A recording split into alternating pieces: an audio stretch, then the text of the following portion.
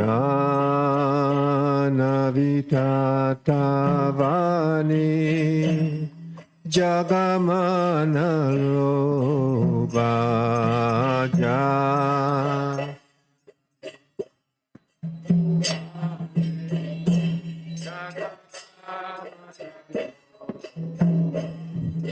Yaga Janamanaloba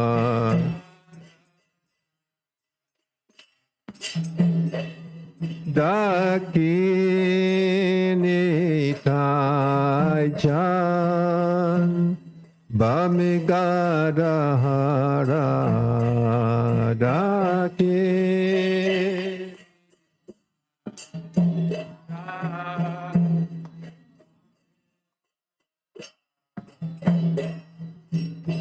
Nikate Advaita Srini Vasachatra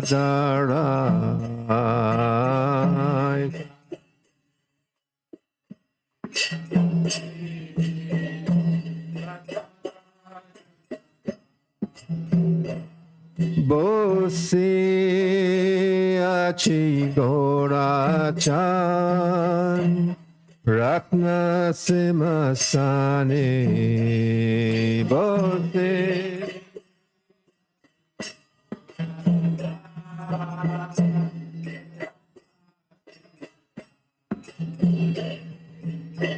Arati Korena Brahma Adideva Gane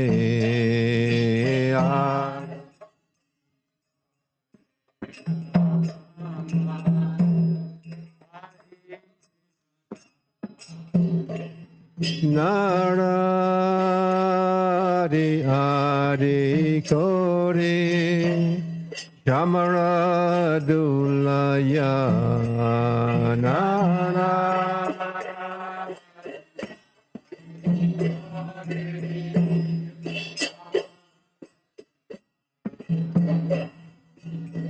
Anjaya Mukunda Basu Ghosh Adikaya Sanjay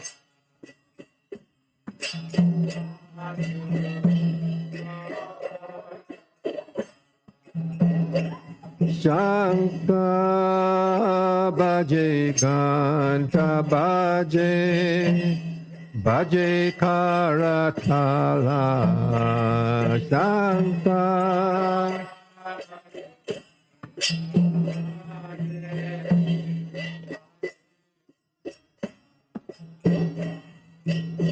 Madhura Medanga Bhaje Paramarasala Sadhu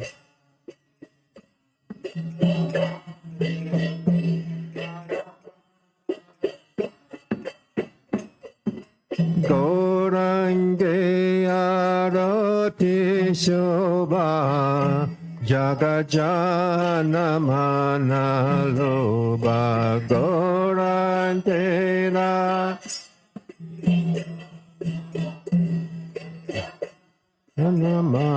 Manaloba Jagajana Manaloba Jagajana Manaloba Shankha Bhaje Ganta Bhaje Madhu Madhu Madhu Bhaje Bhaje Madhu Madhu Madhu Madhu Madhu Bhaje Madhu Baho Koti Chandra Jene Varana Yujvala Baho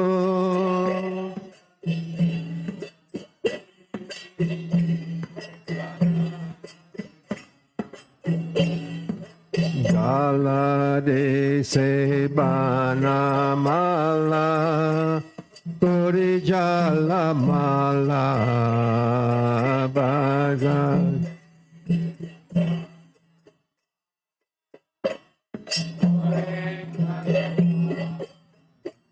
Diva Sukhanarada Premigada Gada Siva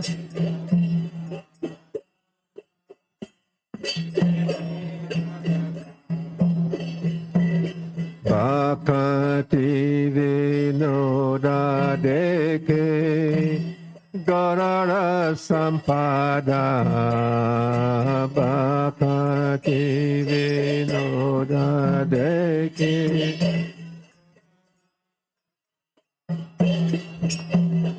Krishna Krishna Krishna Krishna Krishna Krishna Krishna Hey Krishna Krishna Krishna Krishna Krishna Krishna Hey Krishna Krishna Krishna Krishna Krishna Krishna Krishna Hey Krishna Krishna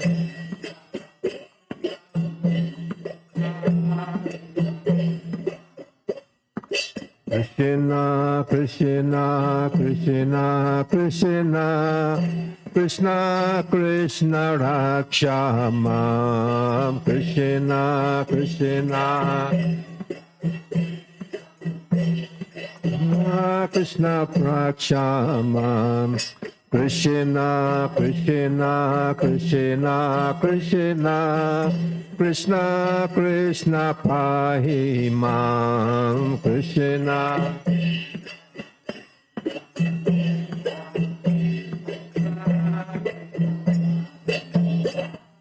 Rama Raghava Rama Raghava Rama Raghava Rakshaman Rama Raghava Rama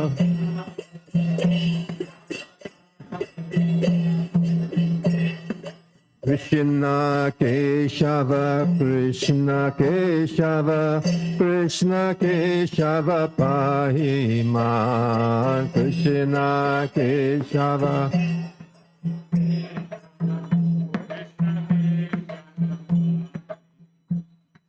Namo Vishnu Paraya Krishna Presaya Bhutale Srimate Bhaktivedanta Swami iti namine namo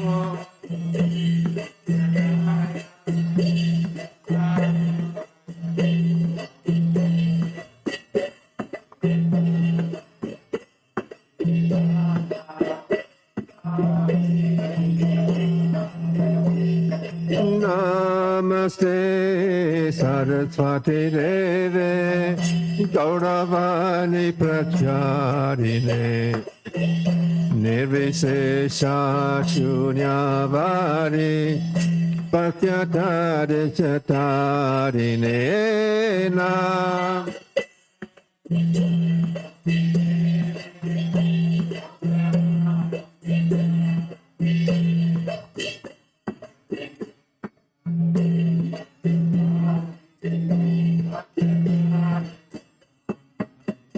Jaya Sri Krishna Chaitanya Prabhu Nityananda Sri Advaita Gadadara Srivasari Gaura Bhakta Vrinda Jaya Sri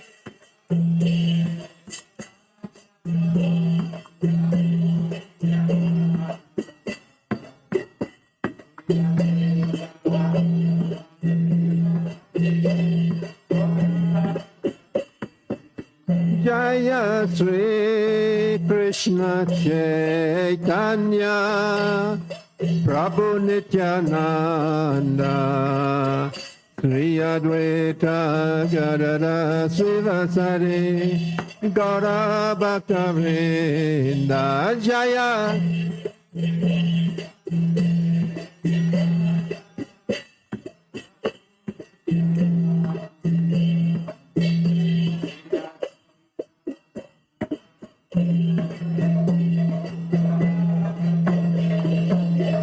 Hare Krishna, Krishna Krishna, Hare Hare, Hare Rama, Rama Rama, Hare Hare, Hare.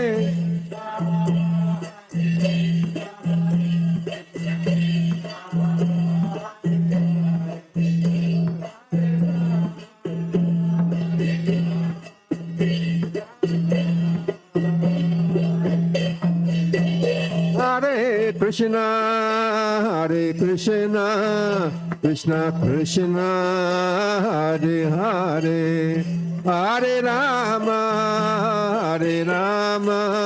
Rama Rama, Hare Hare, Hare.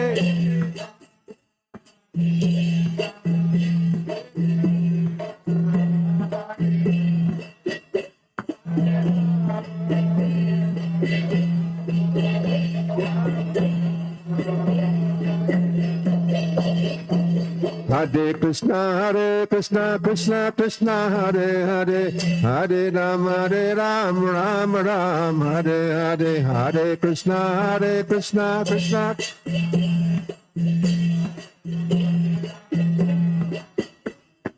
Hare Krishna, Krishna Krishna, Hare Hare, Hare Rama, Rama Rama, Hare Hare, Hare Krishna.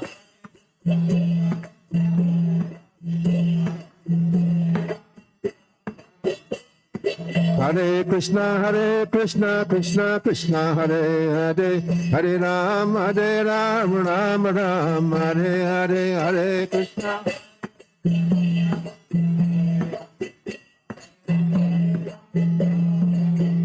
Hare Krishna, Krishna Krishna, Hare Hare, Hare Rama, Rama Rama, Hare Hare, Hare.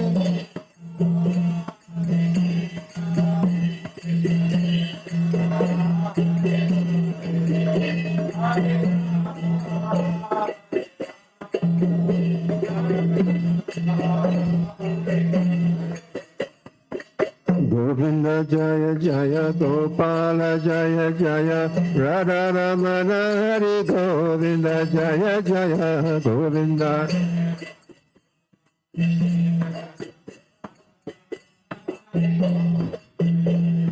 Radha Ramana Hari Govinda Jaya Jaya Radha Ramana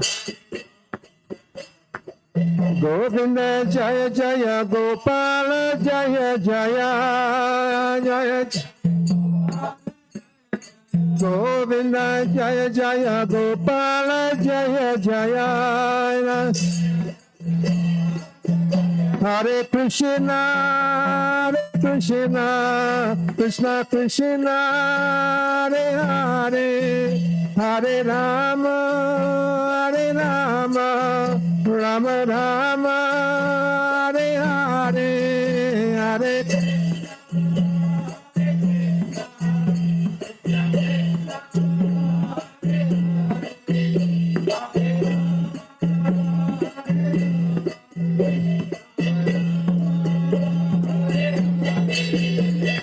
Hare Krishna, Krishna Krishna, Hare Hare, Hare Ram, Ram Ram, Hare Hare, Hare.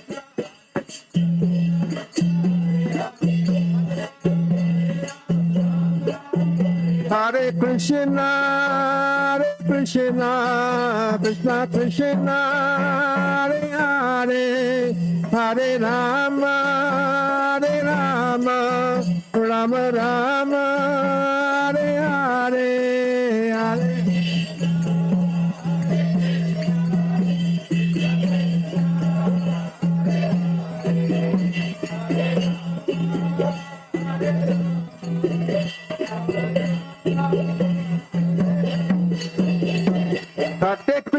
Hare Krishna, Krishna Krishna, Hare Hare, Hare Ram, Ram Ram, Hare Hare, Hare Krishna.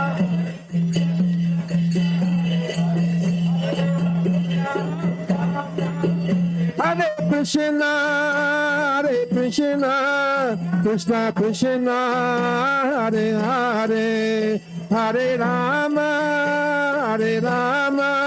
Rama Rama, Hare Hare.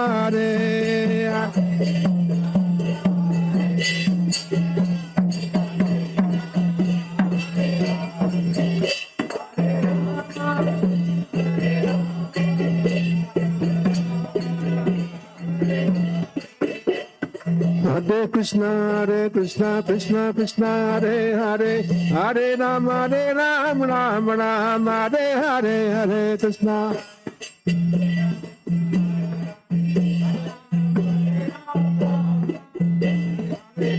Hare Krishna, Krishna Krishna, Hare Hare, Hare Rama, Rama Rama, Hare Hare, Hare Krishna, Hare.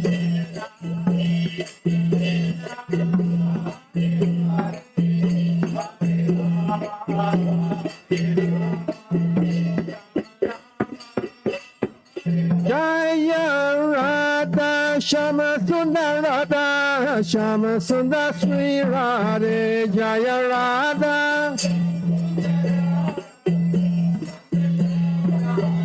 Jaya Radha Madhava Radha Madhava Radha Madhava Radha Madhava Radha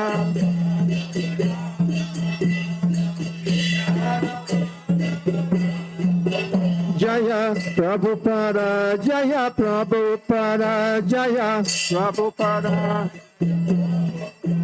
Jaya Prabhupada, Jaya Prabhupada, Jaya Jaya Jaya Prabhupada, Prabhupada, Prabhupada, Jaya Jaya Prabhupada, Jaya Jaya.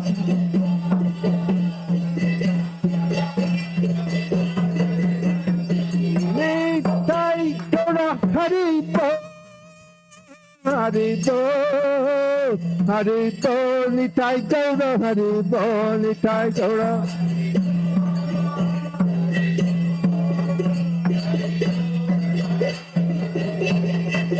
Haribo, Haribo, Haribo, Nitai Gaura, Haribo, Nitai Gaura.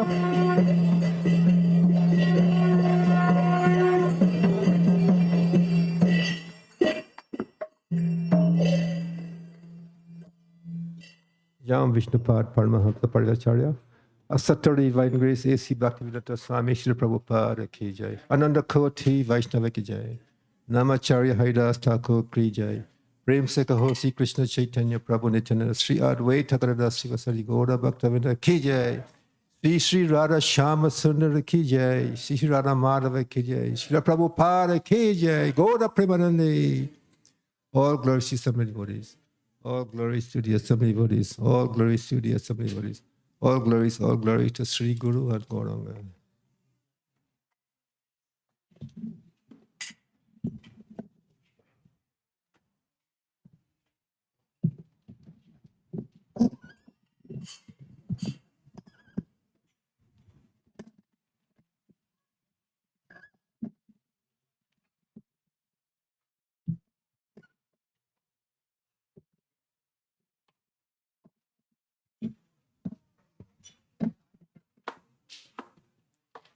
I think it should be fine.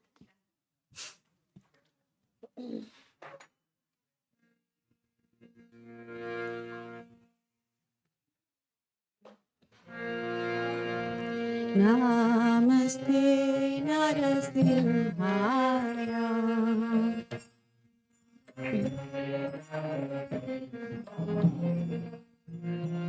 Namaste Narasimhaya.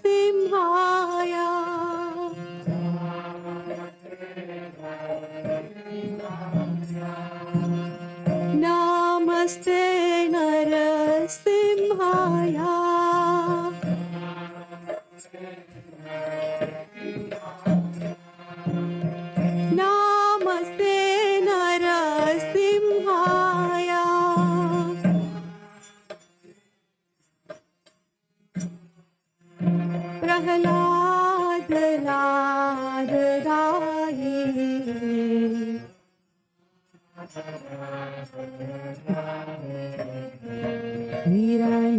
हिरण्याकाशी पूर्वत्सः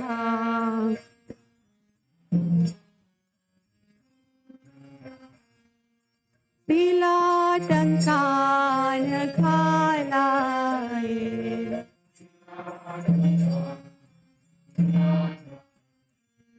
इतो नरसिंहा परतो नरसिंहा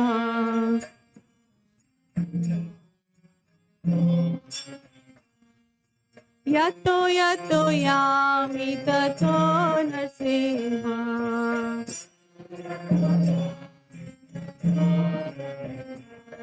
बाहे नरसिंहा हृदये नरसिंहो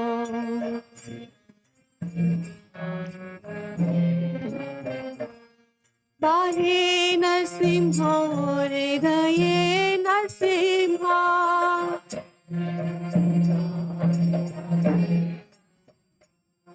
बाहे नरसिंहो हृदये नरसिंहा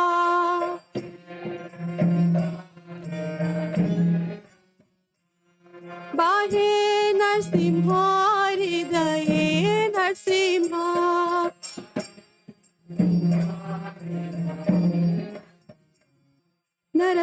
नरसिंहमदिं शरणं प्रपदे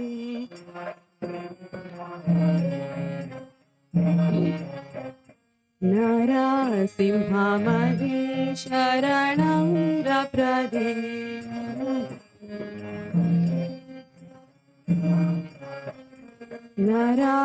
नरसिंहमदिं शरणं प्रपदे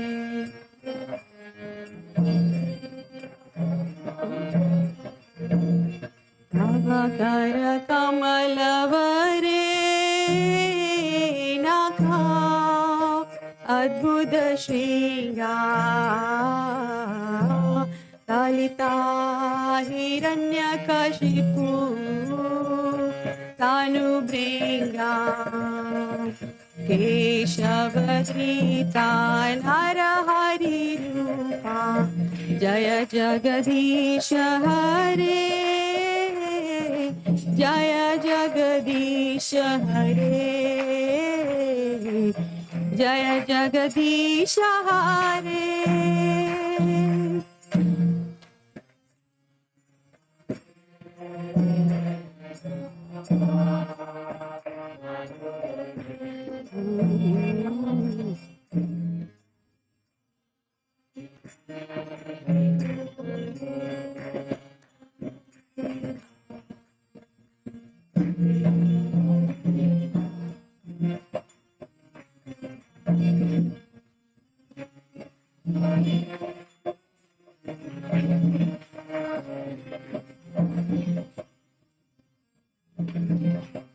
ईश हरे जय जगदीश हरे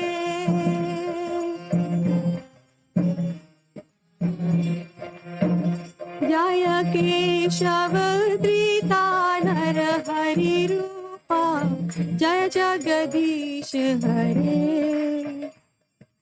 जय जगदीश हरे जय जगदीश हरे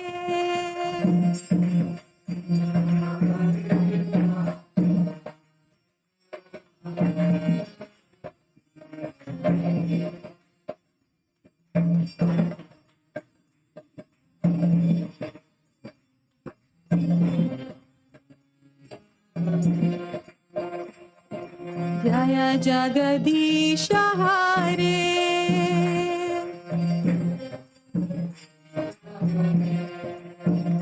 जय नरसिंहदेव जय नरसिंहदेव जय नरसिंहदेव जय Narasimhadeva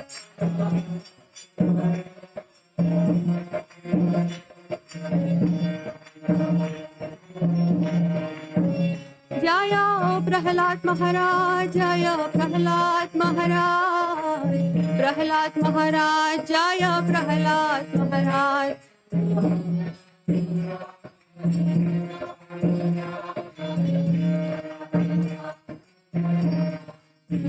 Jaya Jaya Prabhupada, Prabhupada, Prabhupada, Jaya Jaya Prabhupada.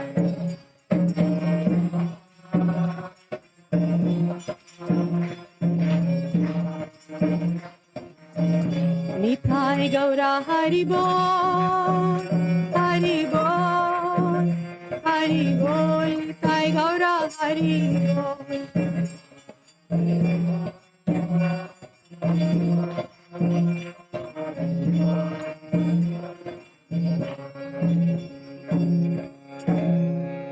विघ्न विनाशक नरसिम्हा भगवान की, भक्त प्रहलाद महाराज की, शीला प्रभुपाद की जय।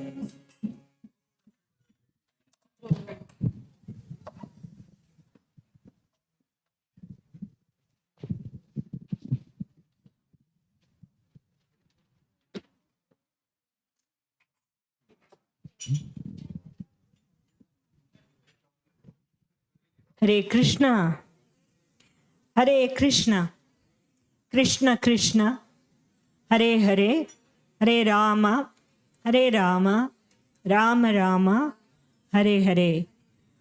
On behalf of ISKCON founder Acharya, A.C. Bhaktivedanta Swami Srila Prabhupada, I would like to welcome all of you to ISKCON Naperville. There has been a complete exodus. Half the people have disappeared. Is there anyone here new for the first time?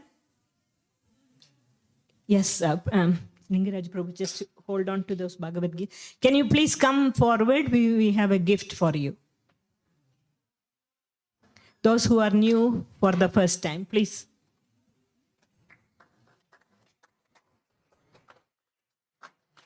Anyone else? Thank you. So we have been conducting a series of Bhagavad Gita summary classes for the past few weeks. So today we are very fortunate to have His Holiness Romapada Swami Maharaj with us.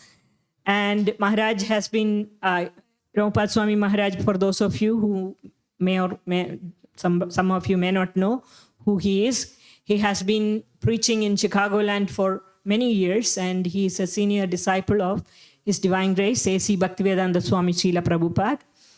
And he has been practicing Bhakti Yoga over 50 years, distributing Krishna Bhakti all over the world, traveling to many places, including China.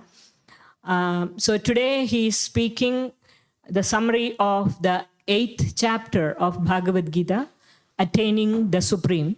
Please welcome His Holiness Romapada Swami Maharaj.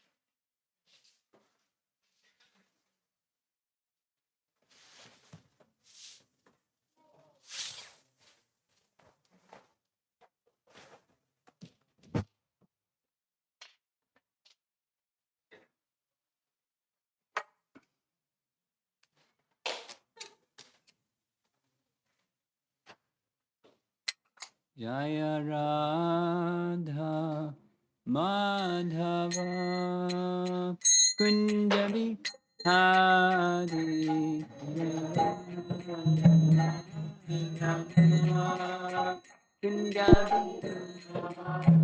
Jaya Radha Madhava Kunjabi Hari.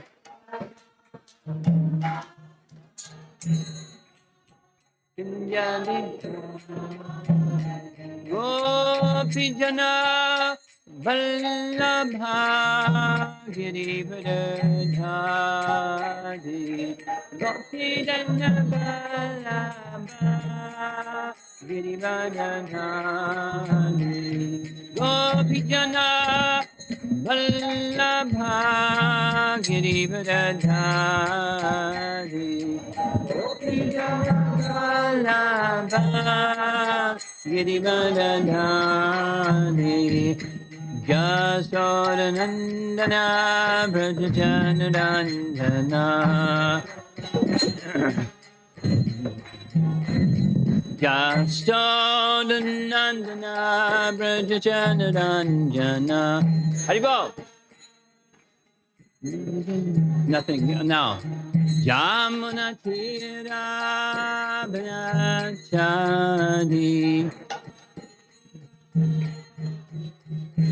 Blank screen. Yamuna Tira Brachadi.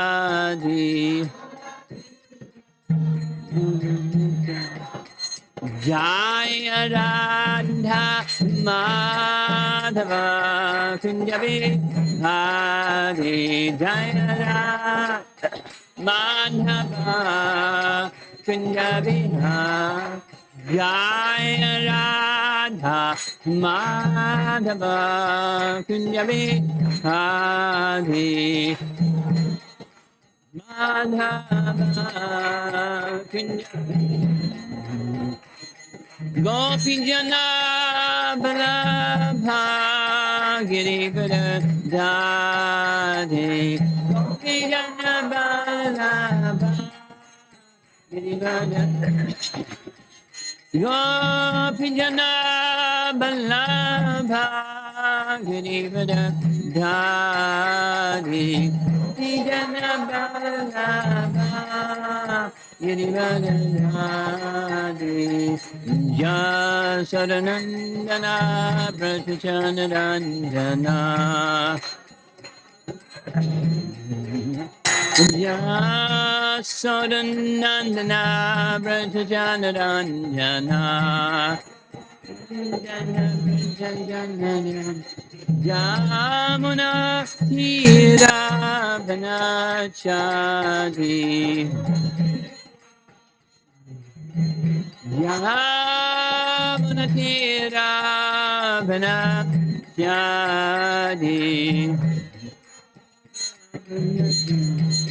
Jaya Radha Madhava Kunjabi Hari Madhava Kunjabi Jaya Radha Madhava Kunjabi Hari Madhava Kunjabi Jayom Vishnupad Paramahamsa Parivijagacharya Astatarasatasi Srimad His Divine Grace A.C. Bhaktivedanta Swami Srila Prabhupada Ki Gaura Premanandi.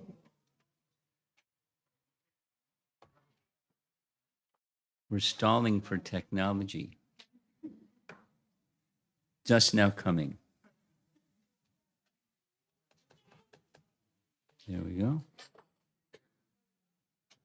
Look at that.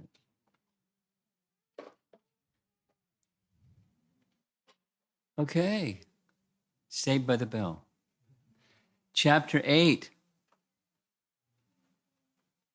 Chapter 8 of Bhagavad Gita. I hope you're ready for a fast class, because there's a lot of material, and to cover the material, I have to go fast, so you're going to have to listen carefully. I'm going to pretend I'm a teenager and talk real fast.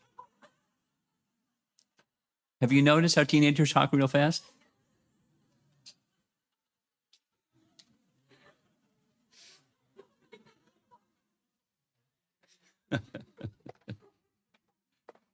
Certain ones I know especially are really good. Okay, chapter 8 comes right after chapter 7. And chapter 7 is a very important chapter. And you covered that last week, right? Chapter 7? Who gave the class last week? Who gave the class last week? What was chapter 7 about?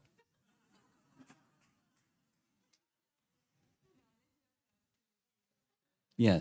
Chapter 6 ends with Krishna making a pledge. That pledge is, well, first, excuse me. Chapter 6 ends with Krishna saying, now I have to say it fast, right? Krishna is saying, be a yogi. And of all yogis, of all yoga systems, one is the Uttama, the topmost form of yoga. What's that one? Is the bhakti. But Madgate Nantaratmana, that's what the mind does. Shratavan Bhajate Yomam, that's what the body does. For those of you that don't know Sanskrit. There's two things, what the mind does, what the body does. Mind fixed on Krishna, body completely absorbed in loving service unto Krishna. Those two things, topmost. Then chapter 7, Krishna says, I'm going to explain to you how to do those two things. So chapter 7 is an introduction to those two things. And many things are in chapter 7. And you can ask Amrita Kelly, she'll tell you what's in chapter 7. And chapter 8 follows behind chapter 7.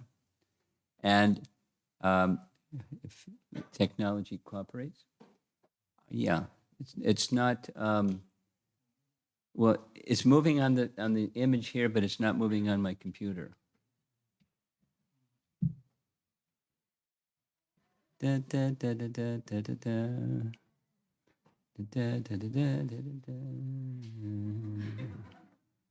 Da, da, da, da, da, da, da. Da, da, da, da, da, da, da. Da, da, da, da, da, da. Now it's working. No, it's not working. I'm trying.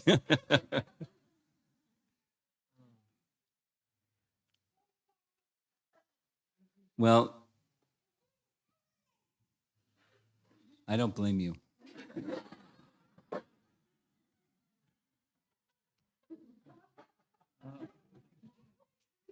It's either shows on my screen. Maybe I can just show it on that screen and I'll just read from that screen. How's that?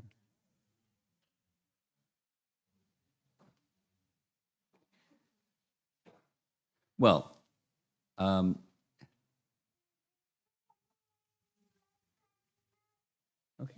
Look at it. It's working on both screens. Look at that.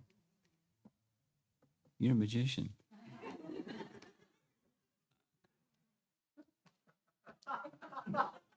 In chapter 7, one of the messages in chapter 7 was Krishna describing some terminology that's now going to be explained further in chapter 8. And those 6 terms, there were some questions that are going to be addressed here. It's at the very beginning of chapter 8. Here we go. What is Adhyatma? Adhyatma. What is Adhyatma? Is it the body, mind, senses, or soul? Adhyatma. Don't say the answer. Krishna's going to say the answer. Arjun's asking, what's karma or activity? Does it refer to any activity? Or does it refer to spiritual activity? Or what does karma refer to? And what is Adi Bhuta? What is Adi Daiva? Is Adi Daiva the demigods? Or a demigod? Or the universal form? Purusha. That's 4 out of the 6. Adi Yagya. Who is to be worshipped through all yagyas or sacrifices? And whoever he is, where does he reside? So there we are. There's the 6 topics. And from 7, how can those engaged in devotional service, the self-controlled, know you at the time of death? So this is setting the scene by asking questions. The whole of Bhagavad Gita is questions, answers, and Krishna has the answers. So here's Krishna's first answer. So he's going to describe what is Adhyatma, or what is Brahman. Brahman is the indestructible, eternally existing living entity. It's a nice drawing, right? The drawing is the two birds in the tree from the Upanishads, one enjoying the fruits, the other witnessing. So there's the individual living entity, Brahman, in the material realm, trying to be the enjoyer of the fruits of their activity, and the other is the Para-Brahman, or the witness. So Brahman is the indestructible, eternally existing living entity. 1 down and 5 to go. Adhyatma. Adhyatma. It's the nature of the living entity. The nature of the living entity is to serve. Now, there's different types of service. There's service in the material field and service in the spiritual field. And, of course, the natural question is which way to go. And, of course, the right way to go is becoming an eternal servant of Dasa Anudasa, an eternal servant of Krishna. And we don't want to go that other way. The other way is serving Maya, or thinking of ourselves as to be served, the body meaning. So, boss on a boss. I'm in charge. No, we want Krishna to be in charge. That nice picture on the left. And we don't want Maya to be in charge and thinking that we're in charge. So that's 2. Adhyatma. Now karma.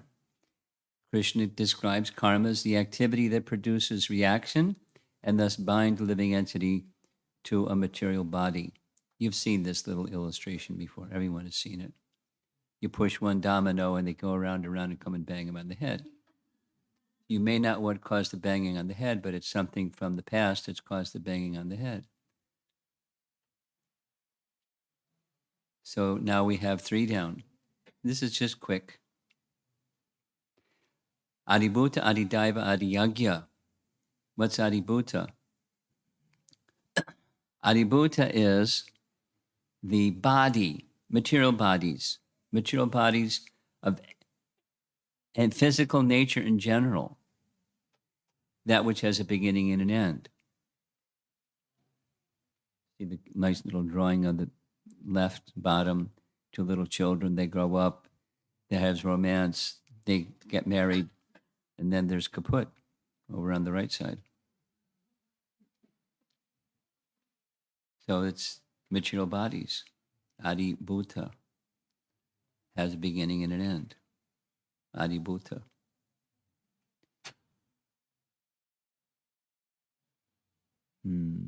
So in the upper, it's a kind of creative illustration of there's Mahavishnu, and then there's a universe coming from Mahavishnu, and we're somewhere inside that little universe. We're pretty small. Adidaiva, that's the universal form, the conception of the universal form of the Supreme Lord, which includes all the demigods, and where they reside, that's Adidaiva.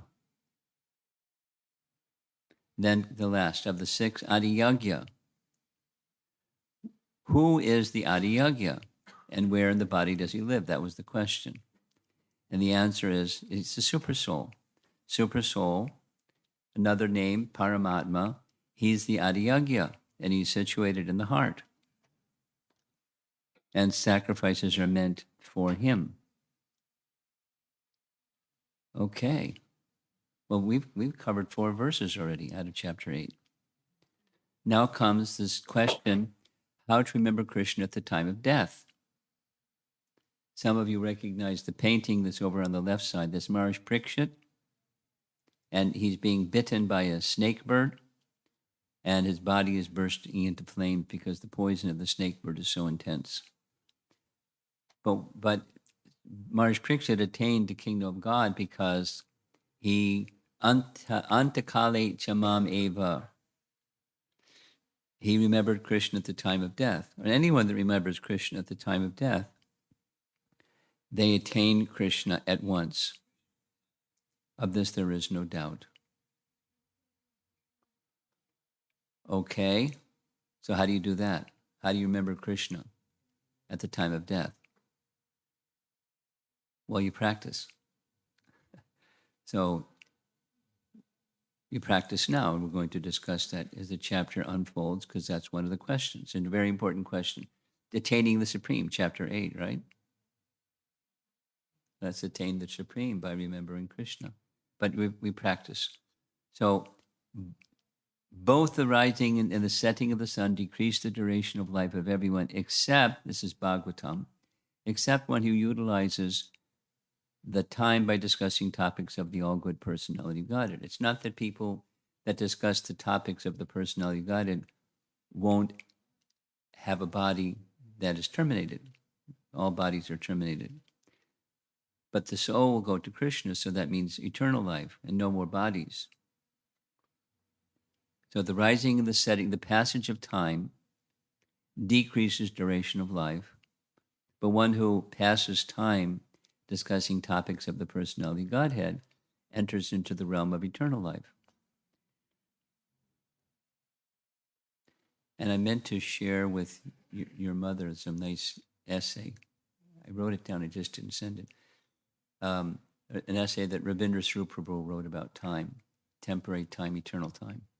Let's do it quickly. Is time past, present, future, or is time eternal? Past, present, future, right? That's what we know. But really, that's a reflection of eternal time. Really, eternal time is eternal. I mean, time is eternal. Where does time begin? Where does time end? It doesn't. There's the relative force of time. I like philosophy. I'm going away from chapter 8 for a moment. Pardon me. We were having this nice discussion last couple of days. As above, so below. So in Krishna's realm, or in the abode of Mahavishnu, time is eternal. And his internal potency, Rama Devi, we don't see a picture of Rama Devi because she's within Mahavishnu. He's associating with his internal potency in Yoga Nidra. What's Yoga Nidra? Nidra means sleep, and Yoga Nidra is a transcendental. He's not like snoring. He's enjoying in a state of mystic slumber. So he's enjoying eternal pastimes with Rama Devi within.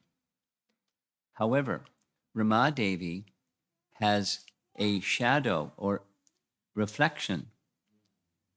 In Sanskrit, Chaya Devi, shadow energy. And at the appropriate time, of course, he's in eternal time. But for the purpose of creation, which is what the functions of the Vishnu forms do, they interact with, they deal with creation. So he glances, this is a creation story, he glances at Chaya Devi, the reflection or the expansion, limited expansion of his internal potency, Rama Devi. And he sees she wants some service. She doesn't have anything to do. She's just in the pradhan state, but she desires service. So he desires to give her some service. That's all. Icha. He just desires to give her some service. His internal potency, Rama Devi, knows his desire because she's his internal potency. So what does she do? With his glance, she entrusts all the living entities, that's a lot of living entities, all living entities, to that glance, along with the time energy. And the time energy in the spiritual realm is eternal. But when that time energy and living entities contact Pradhan or Chaya Devi, that eternal time becomes mutated, or it becomes transformed to what we know as past, present, future time. But actually it's eternal. From the spiritual perspective, just like we are spirit souls. We have bodies, and the soul is eternal, and the bodies aren't eternal, and the bodies are moved by time, and we can't help it. The wheel of time moves, and da-da-da-da-da-da. All those stages. That's adibautic. And then so the soul isn't changed. It's very important. Here's a little sharing. I'll get back to chapter 8 in a moment. I've been spending some time lately with some devotees in China to understand, to collaborate together, how to bring Bhagavad Gita's message and the Vedic paradigm into China when the government's got all kinds of stop signs up and toll bars and all kinds of things. So one of the things that I heard from somebody that's very involved with Chinese people here in America is the concept of you're not the body is like, oh, do that again? Because there's a lot of symmetry between concepts in China, about charity and transmigration of the soul and compassion and, nice things, lots of nice things.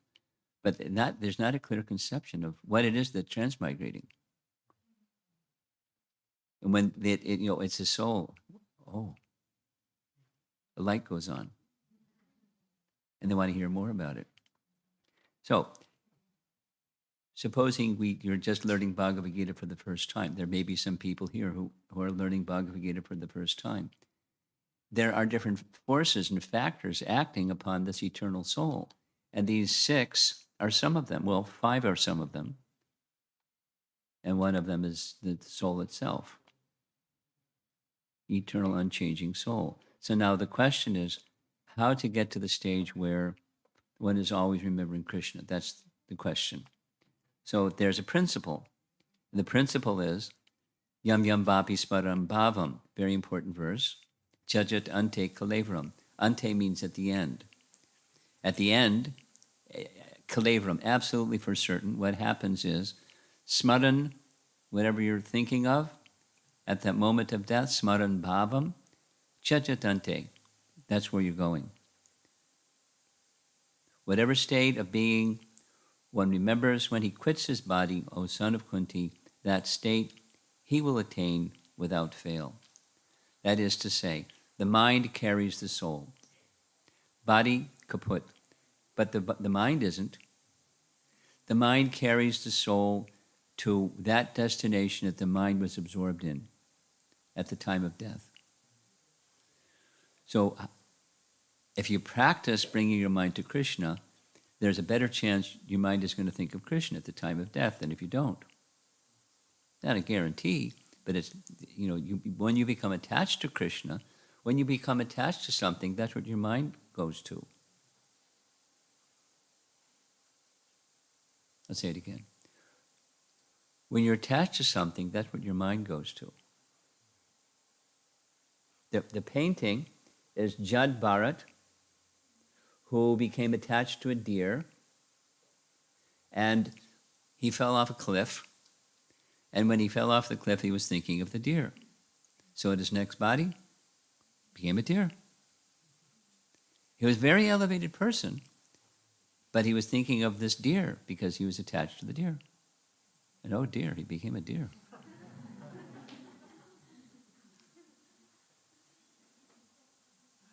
I'm going to tell a story to make it, this is going to be a long class. I hope you're ready for it.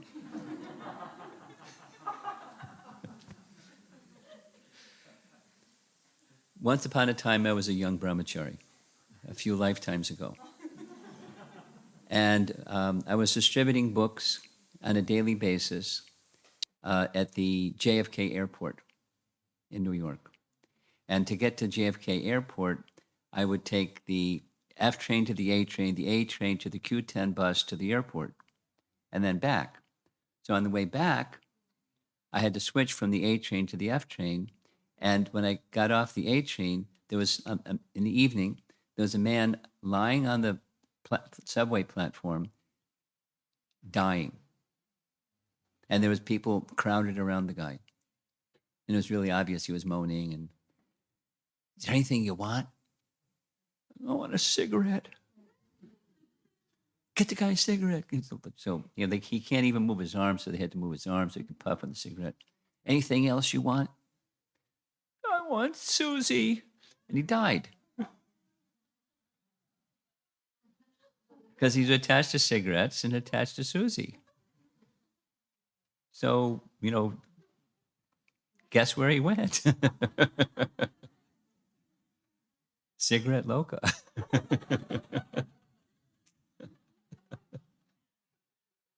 Somewhere where, he has attached to, anyway. And it didn't come about out of the sky. We have habits, and habits come from practice, and you can cultivate Krishna consciousness. In fact, Prabhupada writes in Nectar Devotion, Krishna consciousness is a kind of cultivation, a sort of cultivation. Abhyasa, in the language of Bhagavad Gita, practice. So we're in the practice stage. We're not at the perfect stage, the practice stage. And we practice doing those things that bring attention to Krishna. Because wherever attention goes at that moment of death, the soul, which is subtle, carries the even more subtle, the mind is subtle, and it carries the even more subtle soul to the next body, the next mother, and some gestation period, whatever. It could be a fly, it could be a bird, could be a human, could be a demigod, could be a king, could be a pauper. Whatever it is, of course, to guna and karma, that's where you go. Okay, so now we're ready for the next section. How to practice this remembrance of Krishna. If practice is important, how do you do it? Because remember the promise at the beginning of chapter 7? Krishna's promise at the beginning of chapter 7 is, I'm going to explain to you how to achieve this topmost system of yoga. Krishna is fulfilling his promise. How to practice remembering Krishna? Here's a nice verse. Tasmat sarveshu kaleshu mam anusmara yujyacha. Mam anusmara. Anu smara.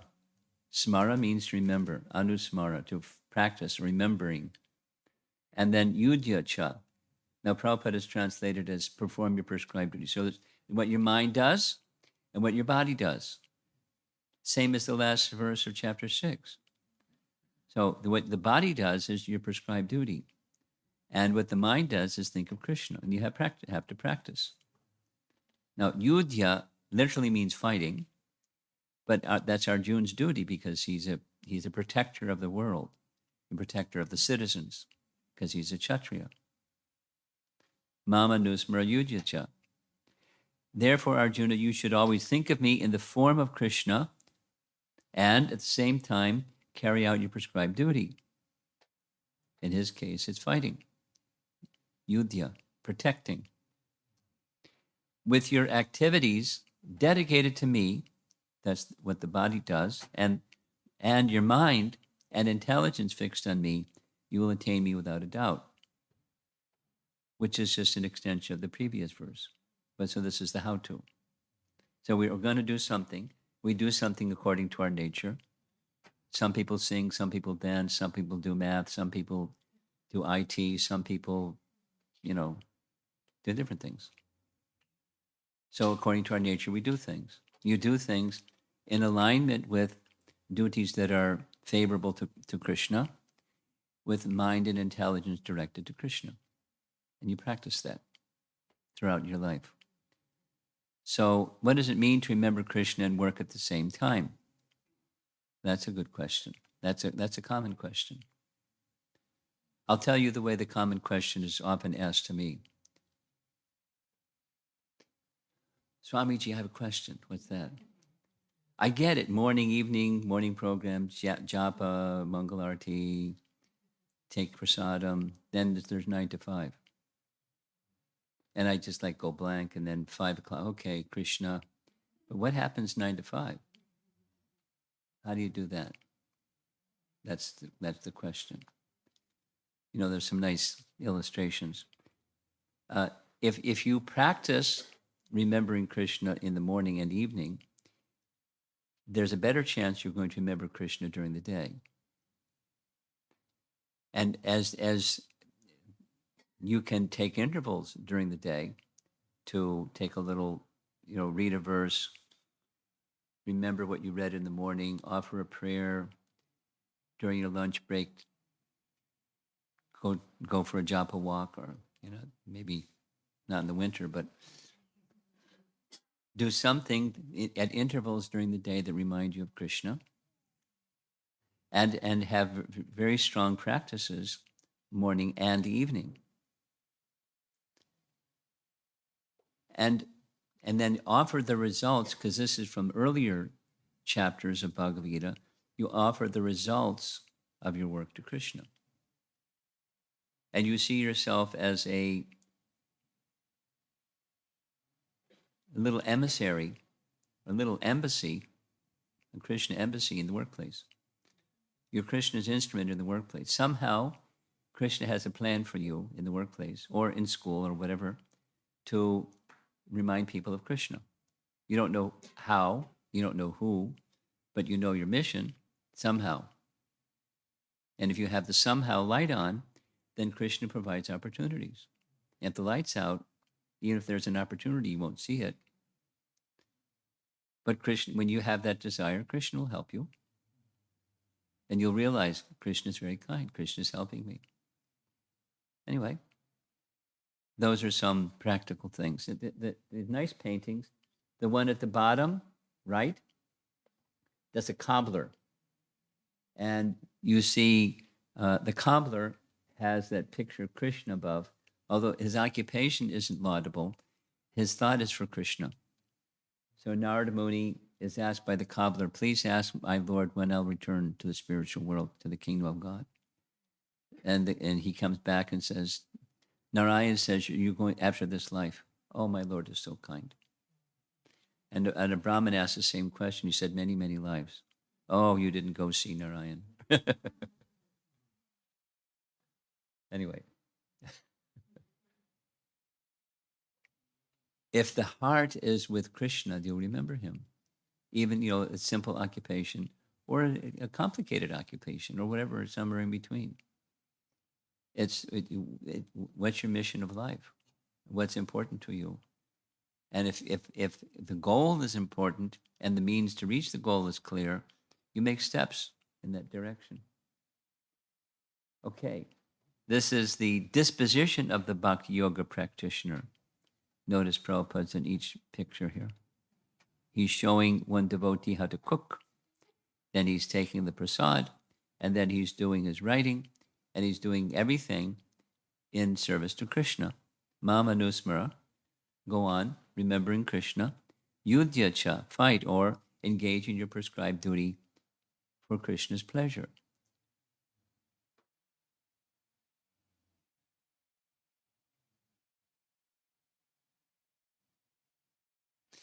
You see the connection between karma yoga, where there's attachment to benefiting from making a sacrifice to Krishna, and then the stage where there isn't a desire to benefit, just that Krishna should be pleased, doing your work and offering the results of Krishna so that Krishna is pleased. It's called Nishkam Karma Yoga. Nishkam Karma Yoga. There's a very nice story in the Bhagavatam. I'm sorry, it's going to become a long class. I've been absorbed of late in a nice passage from the Bhagavatam about King Nriga. King Nriga was, according to the Bhagavatam, he was a son of Ikshvaku. And we know Ikshvaku from Bhagavad Gita, right? Ikshvaku was the son of Vivaswan, the sun god, who taught to Vivaswata Manu. Manu taught to his son Ikshvaku. So Ikshvaku was the son of Vivaswata Manu. And Ikshvaku started the whole Surya dynasty in Ayodhya. So Ikshvaku was the son, Nriga was the son of Ikshvaku, and he was like mega charitable. Mega charitable. I mean, long description. Unlimited numbers of cows. There must have been some limit, but so many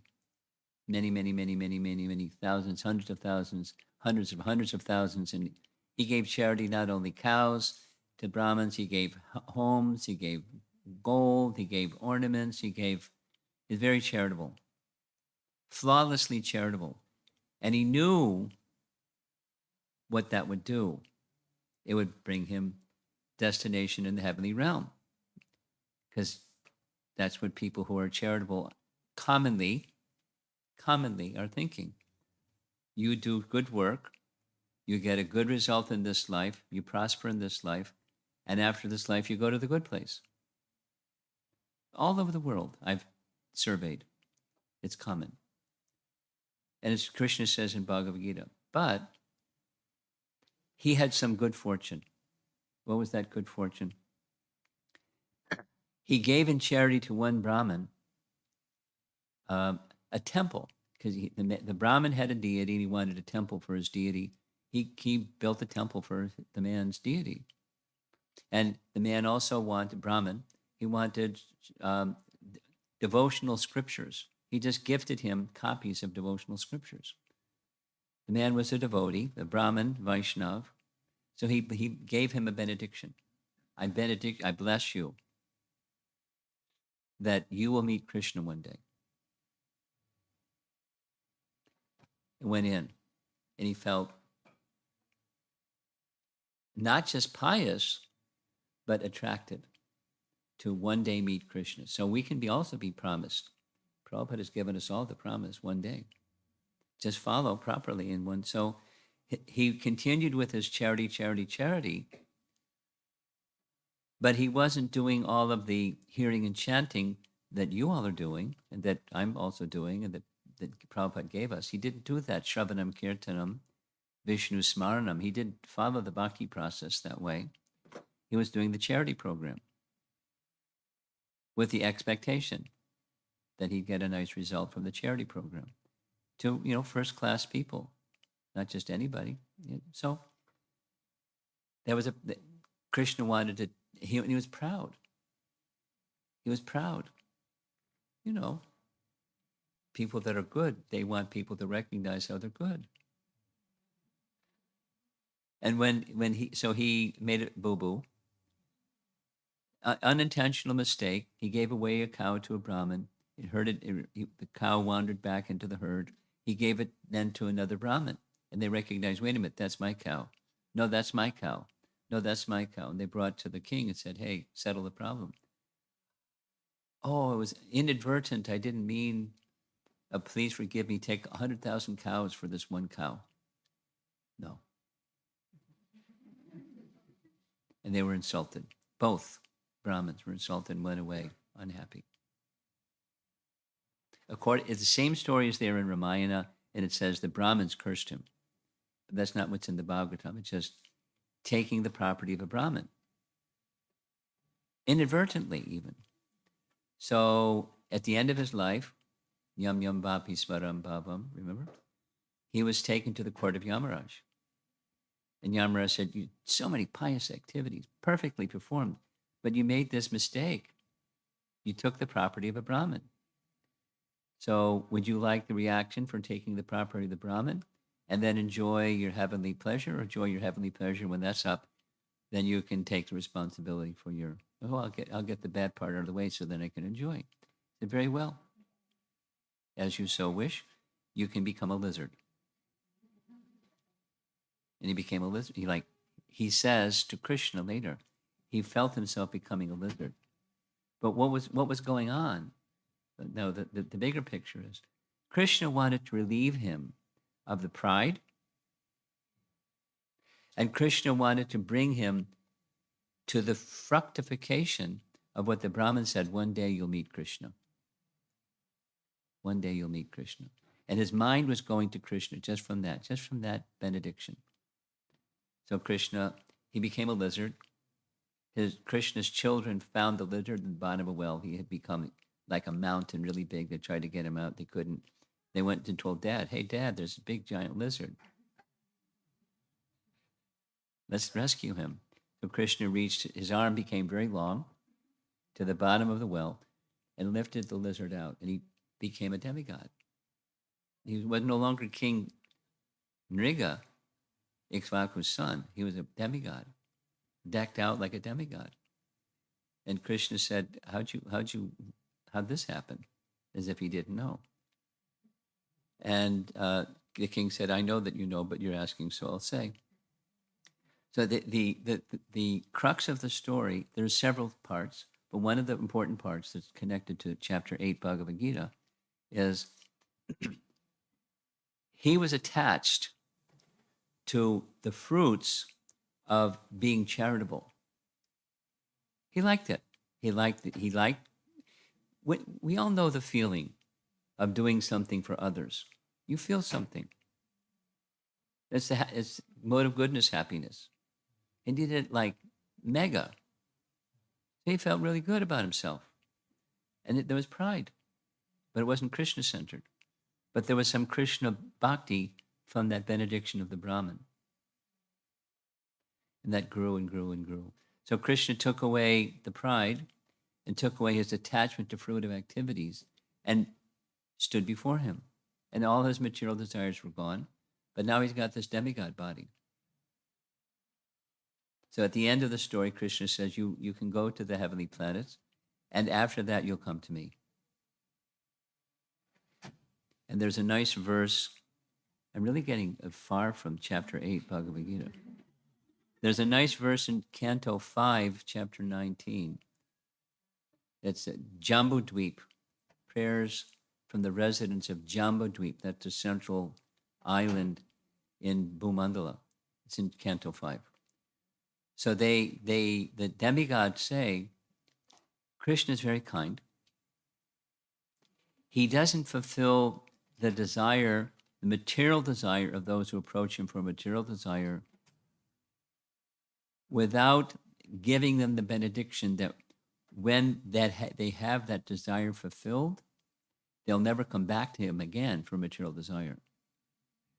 That is, he gives his 2 lotus feet, which means they'll no longer have that material desire. So that's what happened to that King Nriga. He had lost his material desire. He's got this demigod body. So he at the end, he went off to be with the demigod kingdom. Doesn't say which planet up there. And at the end, Krishna's promise, you'll come to me. Without the material desire of all the opulence that's there in heaven.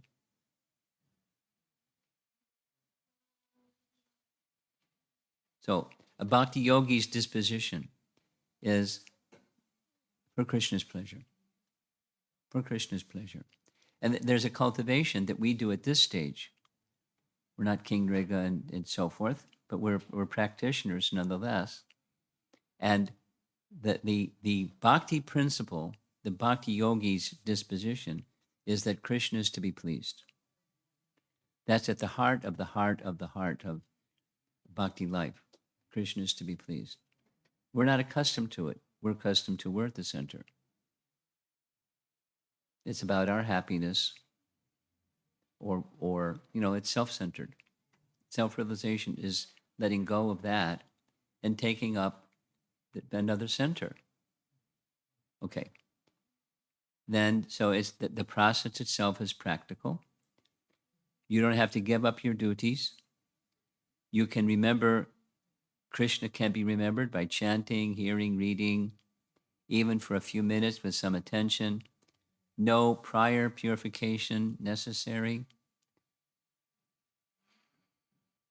It's like developing a relationship with someone who's so nice you can't get enough of their association. It's actually very personal. Bhakti process is very personal.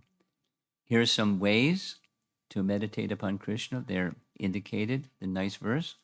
One who knows everything. This is a verse in the chapter. He's the oldest. He's the controller. He's smaller than the smallest. He's the maintainer of everything, beyond material conception, inconceivable, always a person, luminous like the sun, transcendental beyond this material nature. Pretty perfect. There's one sannyasi I know, Mahavishnu Goswami, who spoke on this verse for a week. This verse, it's on the board. He just went into it and into it and into it. And, because he was into it, he carried the audience with him. And, it helps to be in association with someone that's always thinking of Krishna, to always think of Krishna. In fact, that's the best method, sadhu sangha. But it's right in Bhagavad Gita chapter 8. These are some ways. However, not everybody is always in that state. So sometimes there's mixed yoga mixed with bhakti. This is this next verse. One who at the time of death fixes his life air between the eyebrows. I can't do that. And by the strength of yoga, with an undeviating mind, engages himself in remembering the Supreme Lord in full devotion, will certainly attain the Supreme Personality of Godhead. So that's bhakti mixed with yoga mishra bhakti. So yogi fixes mind. There's, chakra meditation without going into it too much. You probably know more about it than I do. There's different chakras in people that do this particular yoga practice. When I was just kind of like a new kid to the whole yoga scene, I was cautioned about chakra meditation because it can be dangerous if you don't know what you're doing. So I kind of didn't go there. You can blow your brain out. But bhakti doesn't require that. It requires concentration, but not this particular kind. So the goal or principle of the chakra meditation, fixing the life air in between the eyebrows, is to assist the yogi to focus and fix the mind on Krishna. Without that goal, the practice is not useful. This is Prabhupada's statement on this section. Now, what's recommended for us, if that's like not recommended, everybody knows, chanting the holy name, right? Okay, now we're ready for the next section.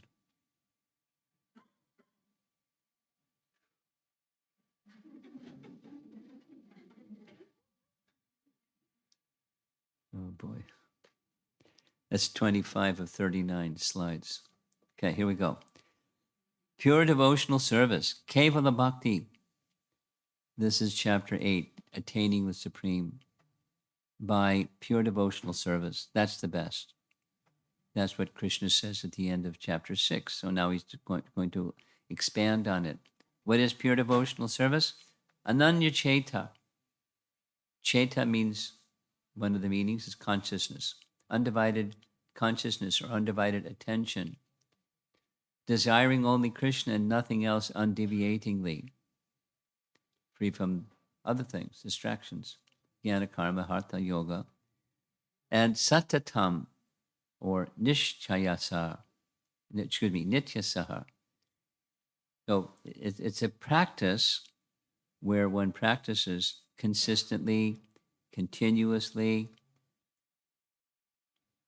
That takes mode of goodness. To do anything steadily over some period of time, it takes mode of goodness. So living a lifestyle that's mode of goodness is not just optional. It's gradually move in that direction.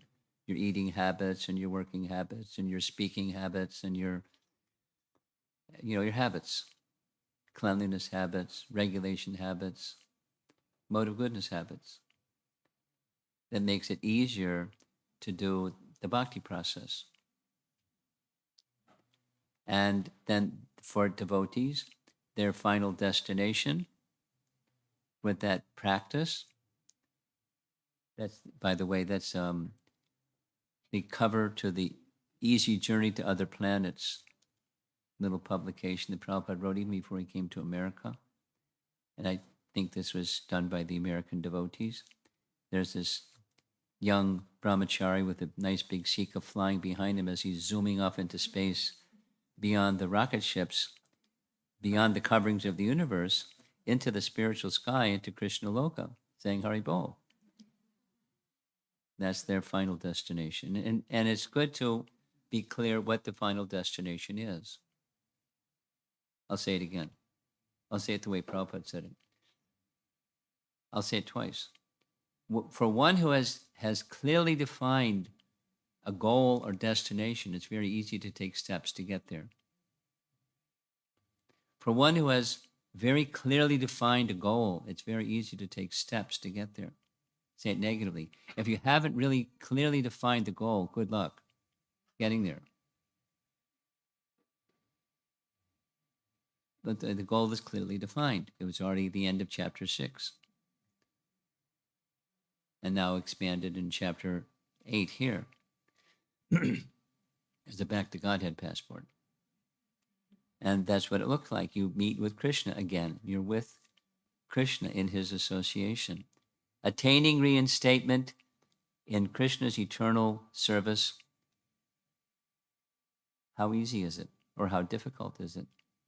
Su labha. Su means very, and labha means to obtain, very easily obtained. Durlabha means hard to obtain, and sulabha is easy to obtain. How? Well, we need effort, but we also need Krishna's help. And Krishna gives intelligence, and when Krishna gives intelligence, the impediments are removed, and there's only one qualification. You have to want it. There's the rub, right? Because there's lots of things we want. We want lots of things. Things, like, temporary things. They're important to us. This and that and the other, and it's a long list. So how do you move this up your priority list and sincerely want? Like that little image to the right, sincerely with all my heart, to really want.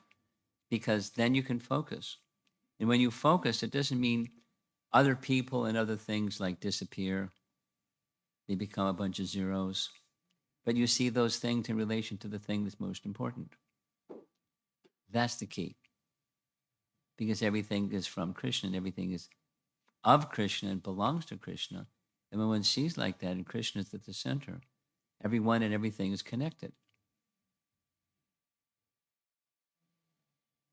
It takes practice, but because we're disconnected, it's like, that's a nice idea, but I don't know. Because I got lots of things that are important to me. Here's something Baladev Vidyabhusan says about this particular message. I'll go to the images. The images are nice. I am the cause or doer of his attainment, Krishna says. I cannot tolerate separation from him, and thus I will show myself to him. I am easy to attain for him because I destroy the obstacles and I perfect his sadhana. But that's if we reach, like that painting on the right side. If we're reaching to Krishna, he'll reach back. That's all. Sincerely reaching to Krishna. There's prescribed activities for reaching Krishna. Okay, moving along. Results achieved by practicing bhakti. Dukkhalayam shashvatam. Now this image on the left side is showing that this is a key point. After attaining me, the great souls, who are yogis in devotion, never return to this temporary world, which is full of miseries, because they've attained the highest perfection. Now, the understanding of this image, the idea behind this particular image, is it comes from Bhakti Siddhanta Saraswati Thakur, and it's really simple. Once you have understood honestly and factually, there is no lasting happiness in this world. There is no real, tangible, palpable happiness in this world. It's fleeting, and it's illusory happiness. Now you see it, now you don't. Like the rabbit in the hat. Now you see it, now you don't. Was there a rabbit? Where'd the rabbit come from? Now he's gone. It's like that. Once that is understood, then you can undeviatingly give yourself to Krishna. I'll say the same thing how Prabhupada said it. Ready? One of the most important, one of the essential functions of a spiritual master, or duties of a spiritual master, is to thoroughly convince, explain and convince to his disciples the abject futility of trying to find happiness through fruitive activities. I'll say it again. One of the primary duties of a spiritual master is to thoroughly instruct his disciple the abject futility of trying to find happiness through fruitive activities. Or as they say, there's no cheese down that hole. There's no happiness there. Now, we do stuff, but what's the purpose of the stuff? Is it the happiness of getting something, or is it something, is it pleasing Krishna? And that's the yoga system. The topmost yoga system is the bhakti yoga system. The material world has its miseries. It may look like something very nice, but in case you can't tell, those are brass nails inside that nice looking whatever it is. And the material world is actually meant for misery. Krishna certifies it. Dukkhalayama shashvatam. By design. That's the nature of the place. It's full of miseries, dukkha, and it's asat, and nirananda. No ananda, the nature of the place. In the spiritual abode, it's not just an advertisement. It's just the reality of this place and the spiritual realm, where everything is blissful, satchitananda. But to reach there is beyond material perception, and therefore it has to be experienced at the soul level, whether it's chanting or acts of charity, acts of kindness to another, or whatever are the devotional activities that you do in your life. Now there's a little recording. Is this going to work? He's got one of his toys. Look at this.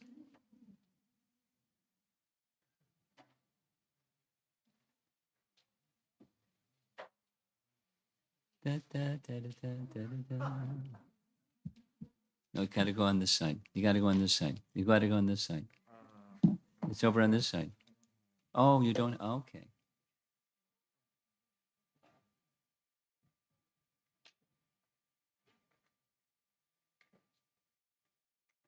Okay. I hope it works now.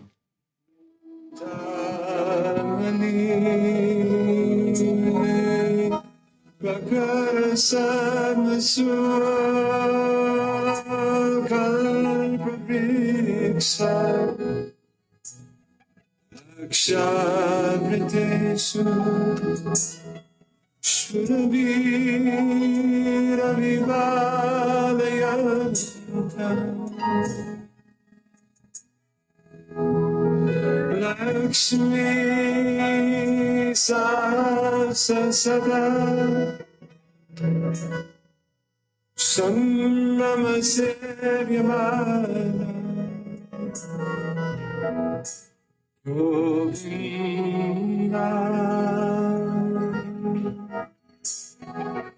Hari Purusham Tamaham Bhajami.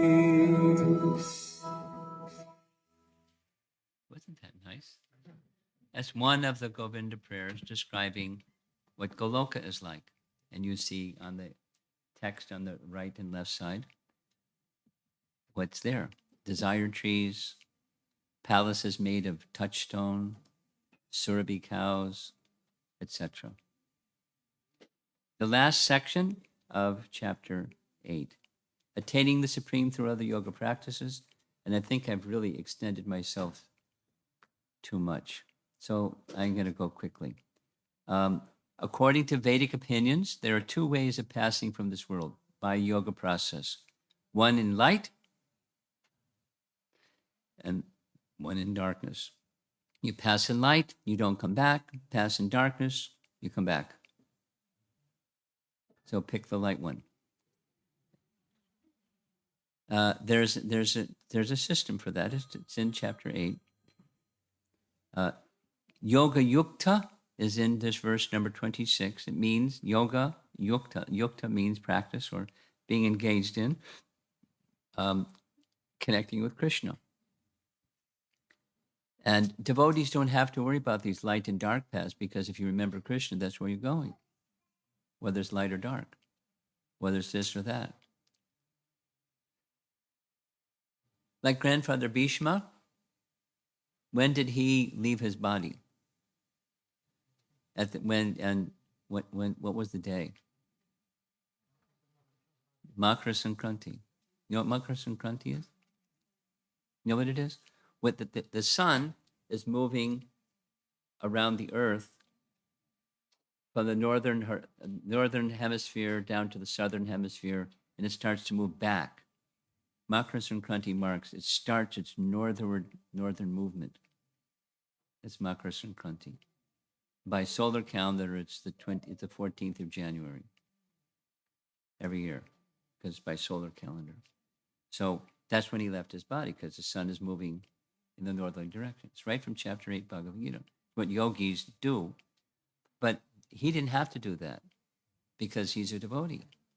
And anyone who's a devotee you don't have that restriction. It doesn't apply. Okay. He's from the established and chanting Hare Krishna mantra, and he has Krishna's protection. Because of being in service to Krishna, Krishna extends his protection. Text 28. Vedeshu yagyeshu tapashu chaiva.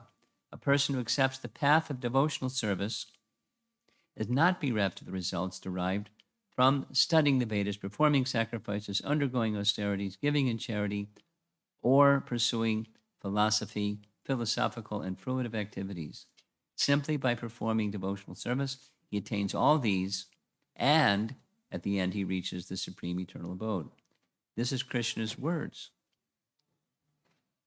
So just stay with it. Stay with the chanting process. There's that image again of the nice brahmachari passing through the coverings of the universe and going to Krishna Loka.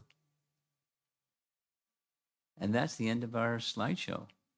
We've finished chapter 8.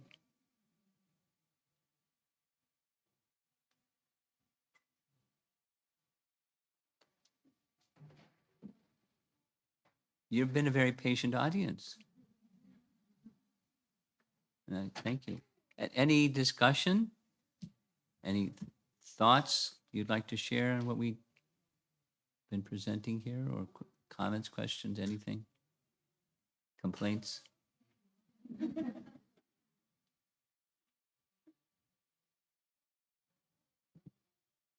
Raise your hand.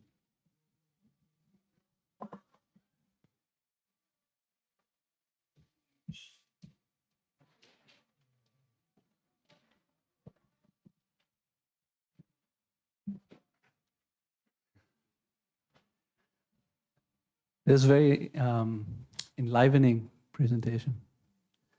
I was trying to make up for the technology not working at the beginning.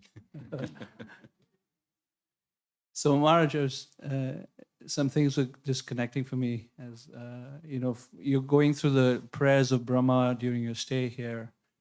And this verse in the Gita that Krishna is speaking, that Mama Nusmara Yudhyacha, is very similar to the message that Brahma speaks in his prayers, Stani Sthita Shrutigata. Yeah. Yes.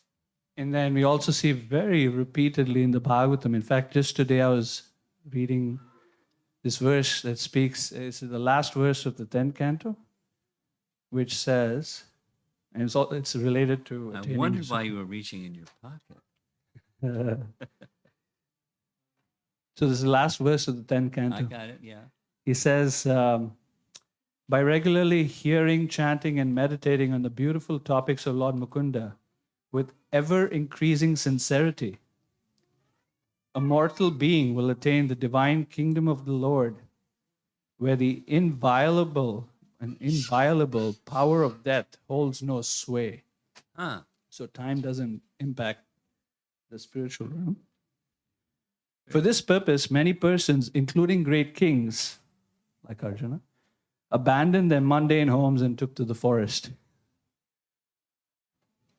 And so we see this repeated message in the Bhagavatam. Even Prahlad Maharaj tells Hiranyakashipu, get out and go to the forest. And it's this repeated message. So there's a stage, or how I marry the two messages together of Sthani Sthita and go to the forest is there's a stage of life when that is appropriate, and all the while Sthani Sthita, or staying in one's position, there's that hankering for deepening one's meditation on Krishna. And when the stage is appropriate to then to be able to transition to something like that. Anyway, I want to hear some of your response to how I sort of synthesize these messages. well, the go to the forest, quote unquote, is a principle and not necessarily go to the forest literally. I mean, I'm saying that because it needs clarification. And there's a stage of life in the social structure. It's vana prastha. Vana means forest. So going to the forest, vana prastha. But someone asked me, a nice man, a Sindhi man, asked me, now that I'm X years old, what's recommended for vanaprastha? And I pointed to the 7th canto, and it's all about, going to the forest, wear tree bark, and, breathe every 3rd day and things like that. So it's a principle that may not necessarily literally mean go to the forest, but it means detach from the senses, withdraw the senses from worldly involvements and the comforts and the complications that go with it. There's a stage of life for that, and that stage of life is best fulfilled by inward cultivation. And when that inward cultivation takes place, then it's simply a matter of increasing hearing and chanting. And, that's something that our devotee community members, as our devotee community members get older and their children become, what often happens, they finish their education, they go off, get a job, they get married and start doing the family thing. So then what's mom and dad supposed to do? Become grandparents and babysitters? That's often what happens. But, there may be some other where the focus shifts to stronger hearing and chanting activities, because those that go to the forest, they have no worldly obligations anymore. So without the worldly obligations, for us, it's increasing preaching, increasing hearing and chanting, and dedicating oneself to those activities. Of course, going to holy places, etc. Just a shift of focus. It doesn't have to be abrupt, but a shift of focus. I mean, I'm giving you an answer that it's not the only answer, but it's an answer. Because during this, the previous weekend, here it's been Brahma's prayers. Previous weekend, it was the 6 Goswamis. And there was a lot of emphasis on the 6 Goswamis doing intense vratas. Like, intense. So someone asked a question. I sometimes think it would help me spiritually if I did some intense vrata. What do you think? So my answer was like the answer I just gave you. It's the art, for us, practically speaking, it's to, take the regulations that we do seriously, spiritual regulations, and the dedication of our work, our activities, whether it's family, job, community, whatever it is, take it to heart that it's meant for offering to Krishna.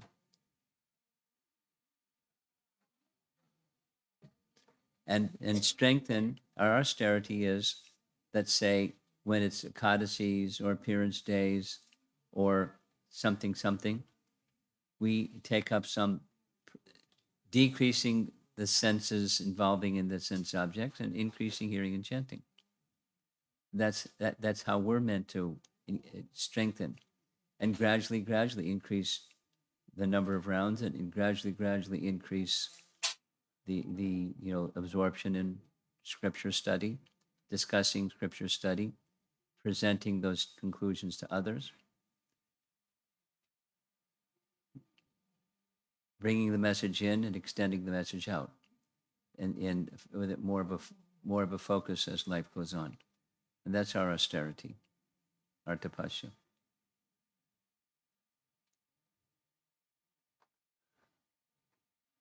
Your son had his hand up first. Go ahead. And you're next. Hare Krishna. Thank you, Maharaj. It's very interesting that you're speaking about remembering Krishna at the time of our death. And currently my grandmother, she's 97 years old, and she's leaving her body very soon. In the next 1 or 2 days, she'll be giving up her body. And the question that I had in this regard is that many devotees may not be conscious while they leave, or maybe partially conscious. So is that a requirement to go back to Godhead? If someone is hearing the chanting, or is it possible that someone may chant but not remember Krishna? It's said that Gandhi said, "Hey Ram." So the fact that he said that, is he going back to Godhead? In what ways can we go? You're throwing 3-4 balls at me at once.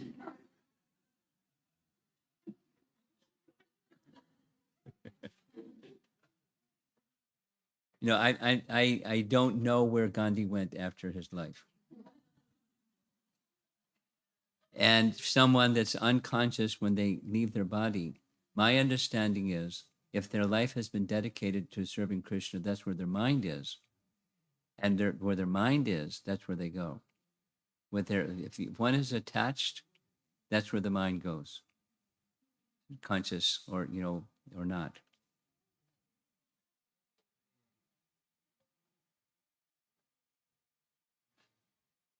So your 97-year-old grandmother, I'll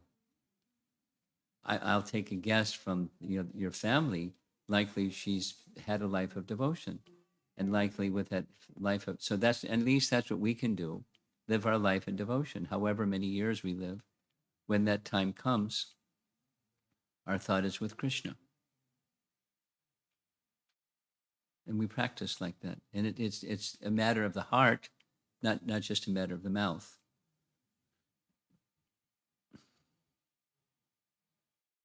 Okay. In the back row. You're next after her.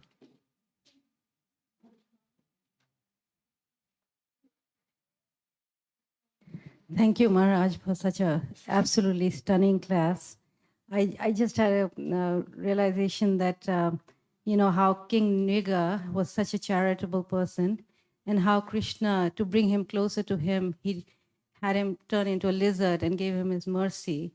Similarly, Chitraketu, he became king of the Vidyadharas, but then Krishna had him take the form of a Vitasura and hastened his return. So I was just thinking that one What's going to question. happen to you, huh? Get Krishna's mercy, and uh-oh. Yeah, it's just his mercy is so stunning, it's so amazing. But my question is that in the case of Chitraketu, how was it? I mean, he was hearing the knowledge that was given by Narad Muni. How is it that he went to Vidyadharas? Instead of, why did Krishna have to purify him? I think you have to ask Krishna. Yeah. And it might, it could be many things, but it could be that Krishna had some plan for him. It could be that Krishna had some plan for him. So here's one for you. With Muchukunda, King Nriga started really eagerly anticipating meeting Krishna because a Brahmin told him one day you're going to meet Krishna. And that's what happened to Muchukunda. Muchukunda was told by Gargamuni, one day you're going to see Krishna. So he was, I want to see Krishna. Then when he saw Krishna, he didn't recognize who he was. He had to ask, who are you? And Krishna told him with a smile who he was. Then he told his whole story. And at the end, what did Krishna say? Krishna said, you're going to have to take another birth. And told them why. And in that next birth, you'll become a Brahmin, and then you'll come to me. So now why did Krishna not just take him back to him? Because he had become a devotee. He become pure devotee. And there's no reaction for his past activities. You become a pure devotee. The answer, Krishna must have had some service for him. That didn't say what that service was. But Krishna can do things like that, including, becoming the king of Vidyadhara Loka. He wasn't just a resident, he was a king. But he had some service for him. And that service was, doing what happened. And he was just whatever Krishna wants. Literally. And that's what Lord Shiva said about him. Just see Parvati. Just see. His consciousness is so fixed. Go here, go there, go anywhere, and it doesn't change his position of being fixed. He wanted to show Krishna, one service was that one. You become a demon, and he's fixed. He became a demon, and he was fixed. He didn't lose his fixed consciousness. And that's something that King Nriga says too. Despite becoming a lizard, I didn't forget my previous life as a king. And now that I'm in the body of a demigod, I don't forget either past, the king Nriga or the lizard body. And here I am a demigod now. And I haven't forgotten. Because of fixed consciousness. And then some service. So who knows what Nriga's service was in the heavenly planets? Some service, for sure. And he was free from material desire. Why not take him back to Godhead? I'll relieve you of that demigod body. How's that? Sure. But he had some service for him.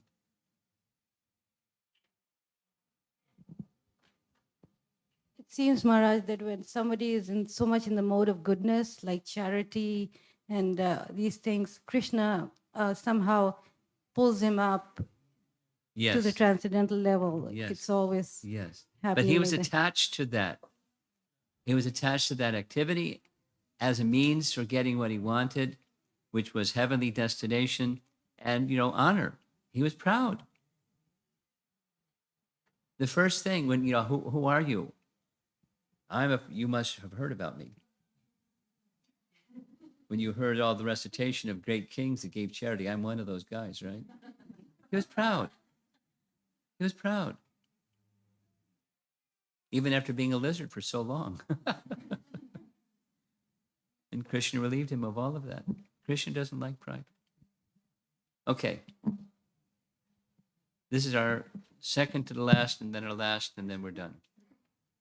Thank you, Maharaj. Hare Krishna. Hare Please accept Krishna. my humble obeisances. All glories to Srila Prabhupada. Maharaj, very, very beautiful lecture and class as always. One question that I have, about how to always remember Krishna. You said if our chanting in the morning and hearing in the evening is very attentive, then automatically, naturally, we will remember Krishna throughout the day between the 9 to 5, whenever we're working and whatnot. So my question is, I think practically, I can understand when I'm working, giving charity to, for temple is one practical way I can, give back something or, but what is another practical way that I can really imbibe Krishna consciousness and It's very throughout simple. my day? I mean, it's just an internal adjustment. Okay, so your paycheck comes, and now you're going to write your car payment and your electrical bill payment and your mortgage payment, and you do those same things with the understanding that this is for Krishna.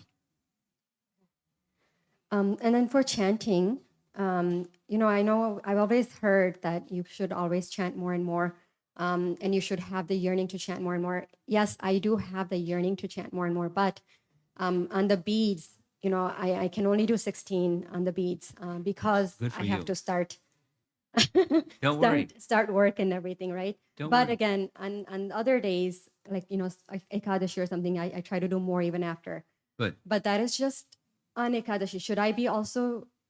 I mean, I try to do hearing more on the other days. It's okay. Is okay.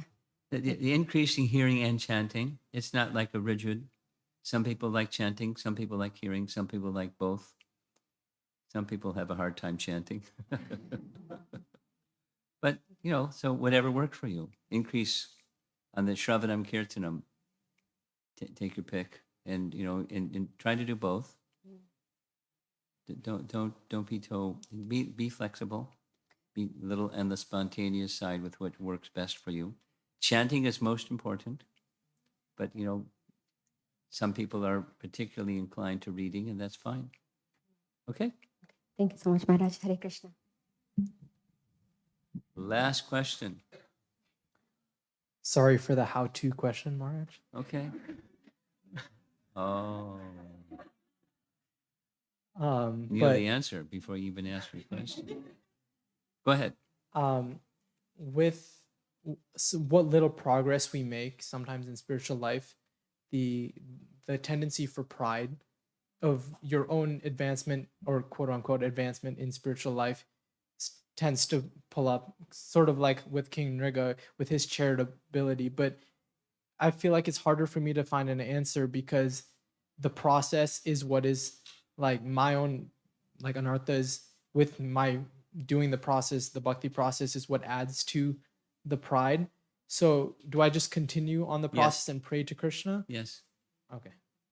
I mean, the anartha nivritti comes as a byproduct of bhajana kriya. And it's good, well, because of doing bhajana kriya nicely, one becomes more aware of the anarthas than one was aware before bhajana kriya, before devotional practice. And when you become more aware, don't become obsessive. Don't become obsessive about anartha removal. Recognize the bhajana, the bhakti process will give you the strength, clarity, and sense of purpose that just doesn't belong. That's one of the best ways to begin the anartha nivritti process. Now, there may be the more stubborn anarthas, but again, the best method is the strength of bhakti, then you can relieve yourself of those unwanted things. And bhakti process will help you. That happens naturally. Okay, I think I'm going way past my time. It's an hour and a half. There's some people still left in the room. It's like really nice. Srila Prabhupada ki jai.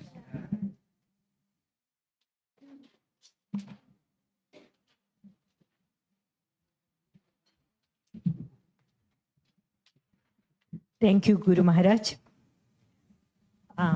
Devotees, I have two announcements. We have thousands and thousands of devotees living in Ukraine and in Russia. So let us take a couple of moments to chant the holy names of Krishna and pray to Krishna for their protection. So please chant after me. Hare Krishna, Hare Krishna, Krishna Krishna, Hare Hare, Hare Rama, Hare Rama, Rama Rama, Hare Hare, Hare Krishna, Hare Krishna, Krishna Krishna, Hare Hare, Hare Rama, Hare Rama, Rama Rama, Hare Hare, Hare Krishna, Hare Krishna, Krishna Krishna, Hare Hare, Hare Rama, Hare Rama, Rama Rama, Hare Hare. And you can all pray to Krishna in your own time. When you are at home chanting, you please offer your prayers to Krishna for the devotees' protection and everybody's protection. And in the night, we have kirtan here afterwards. So we dedicate the kirtan time also for offering prayers to the Supreme Lord. Today's Sunday feast is sponsored by two families, Dhananjaya Sharma and Lavanya. They are seeking the blessings of the devotees. And Tripti Mataji is sponsoring today's Sunday feast, also celebrating her son Krishav's 7th birthday. And if these families are here, please make an arrangement. Krishav, thank you. Tripti, thank you very much. So please take the prasadam from downstairs. To go prasadam is there for everybody. So you please honor the prasadam at your own time in your house. Thank you very, very much. Hare Krishna. Hey, prayer for Krishna protection.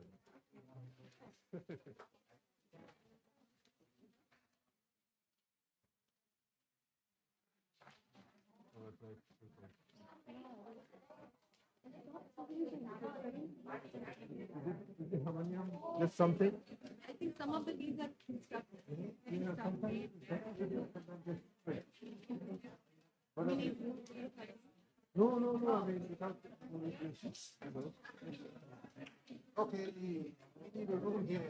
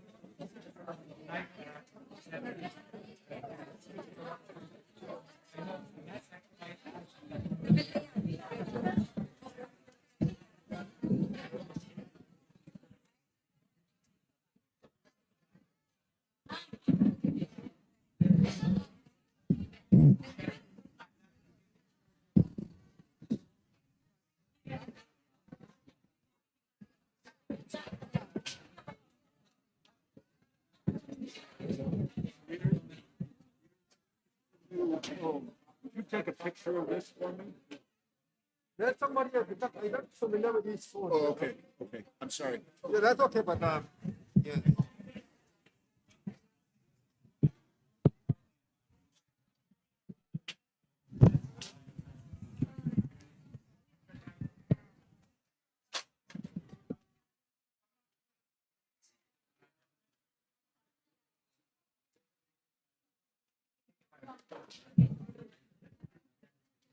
Hare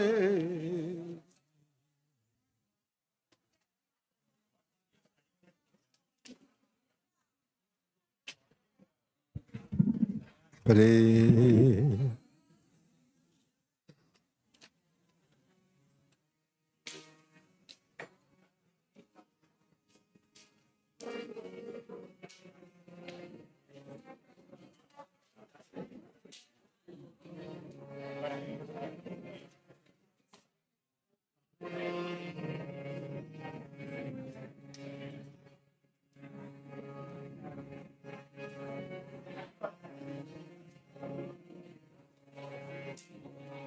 Krishna, Krishna, Krishna, Krishna, Krishna, Krishna, Krishna, Hey.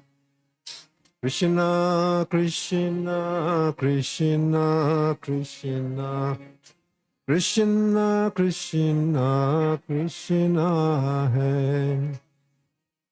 Krishna, Krishna, Krishna, Krishna, Krishna, Krishna, Rakshama. Krishna, Krishna, Krishna, Krishna, Krishna, Krishna, Pahima. Rama, Raghava, Rama, Raghava, Rama, Raghava, Rakshama. Krishna, Keshava, Krishna, Keshava, Krishna, Keshava, Pai Mama. Rama, Raghava, Rama, Raghava, Rama, Raghava, Rakshama. Krishna, Keshava, Krishna, Keshava, Krishna, Keshava, Pai Mama. Hare Krishna, Hare Krishna, Krishna Krishna, Hare Hare, Hare Rama, Hare Rama, Rama Rama, Hare Hare, Hare Krishna, Hare Krishna, Krishna Krishna, Hare Hare, Hare Rama, Hare Rama, Rama Rama, Hare Hare, Hare Krishna, Hare Krishna, Krishna Krishna, Hare Hare, Hare Rama, Hare Rama, quiet. Rama Rama, Hare Hare, Hare Krishna, Hare Krishna, Krishna Krishna, Hare Hare, Hare Rama, Hare Rama, Rama Rama, Hare Hare, Hare Krishna, Hare Krishna, Krishna Krishna, Hare Hare. Play drum. Hare Rama, Hare Rama, Rama Rama, Hare Hare, Hare Krishna, Hare Krishna, Krishna Krishna, Hare Hare. Wow. Hare Rama, Hare Rama, Rama Rama, Hare Hare, Hare Krishna, Hare Krishna, Krishna Krishna, Hare Hare, Hare Rama. This is the temple.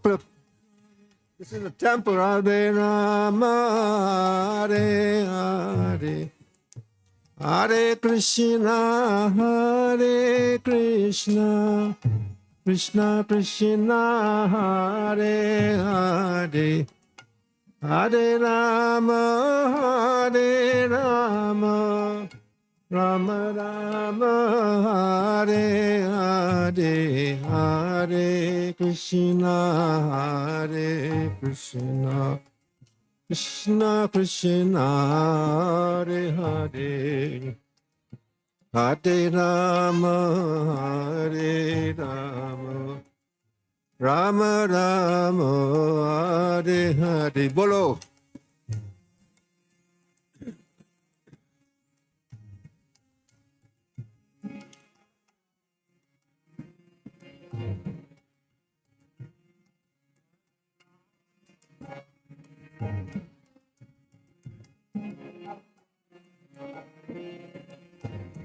Hare Krishna, Hare Krishna, Krishna Krishna,